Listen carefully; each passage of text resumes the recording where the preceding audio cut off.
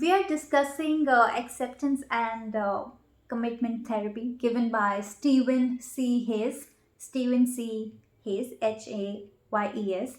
And the name of the therapy actually explains itself, acceptance and commitment therapy. So, what are we actually accepting here? We are accepting to open up, to be true to our own feelings and our thoughts, to accept that we have negative thoughts and negative feelings, and we are making a room for them. We are allowing those negative thoughts and feelings to breathe for themselves.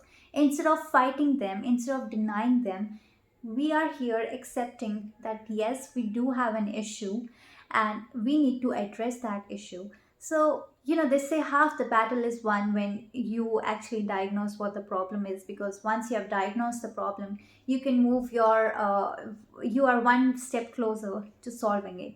The same way, when we talk about, now we talked about acceptance, now we are talking about commitment. What are we committing towards? We are committing ourselves towards, we are dedicating ourselves towards having a healthy and a constructive life, which will help us lead a life which is more meaningful to us. But for that, we need to first address the trigger points, address the negative thoughts and feelings which have been affecting us. So, it's a teamwork, it's an interaction between uh, commitment and acceptance. And now we will discuss all the remaining components of this theory. There are six components in acceptance and commitment therapy. The first is acceptance. Like I said before, acceptance is that you are, accepting that you have a problem, and you allow your thoughts and feelings to occur the way they are. You do not try to change them. It's the same way like how we say positive thinking does not mean that you will not face with any negative situation in life. It's how you deal with that negative situation. The same way here, uh, you know there are certain issues, there are certain trigger points that your client is going through, and instead of suppressing them, you are actually accepting that these are the issues, these are the areas in your mind that needs to be addressed, that needs therapy, that needs healing. So for that, you and your client come on the same page, and you discuss those issues, and for that you need to accept those issues. The second component is cognitive diffusion, which means that you are separating yourself from your thoughts. You see your thoughts exactly as thoughts, stripped off from all the importance that your mind gives them. Basically, what happens is sometimes we just tend to magnify our problems way too much.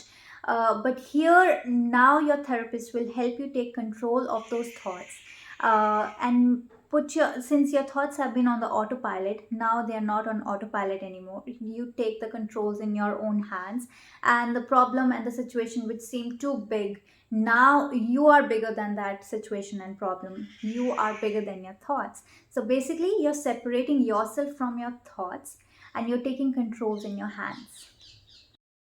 The next component is self as context, and this is my favorite. Psychologists often explain this by using the metaphor of the sky.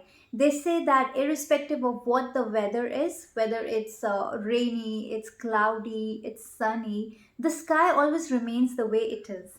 The same way in your life, you go through different feelings, different thoughts, different situations, but those situation, feelings, thoughts really don't define you. You might fail at something, you might not succeed at something. That does not make you a failure. You might be going through depression, but that does not make you a depressed person. You keep the ability to heal yourself, to come out of it. So basically, you are detaching yourself from the thoughts, feelings, and situations going on in your life to what you actually are. You are there, you are you, and you have the healing capabilities in you. As a therapist, your role is to unleash those healing potentials in your client. The next component is mindfulness.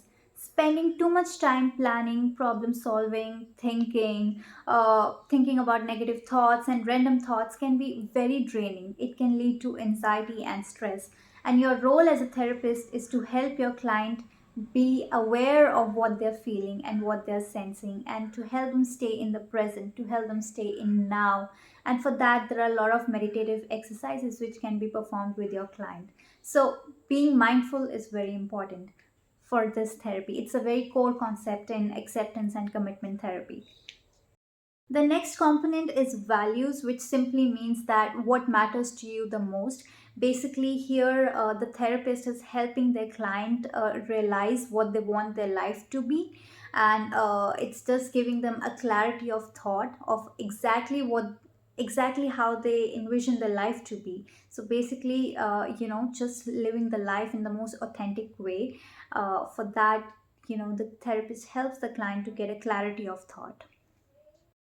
The next component is committed action. So once you have your values and set goals ready, you have a clarity of thought. The next step is to achieving those values and those goals. So for that, the therapist helps the client achieve that with a dedicated plan, and staying committed to it.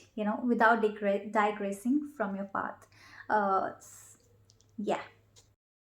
Acceptance and commitment therapy has actually been proven very effective, and especially in the areas where people suffer post traumatic stress disorder, OCD, eating disorders, anxiety, stress, and depression. So it has been proven to be very, very effective with a lot of people.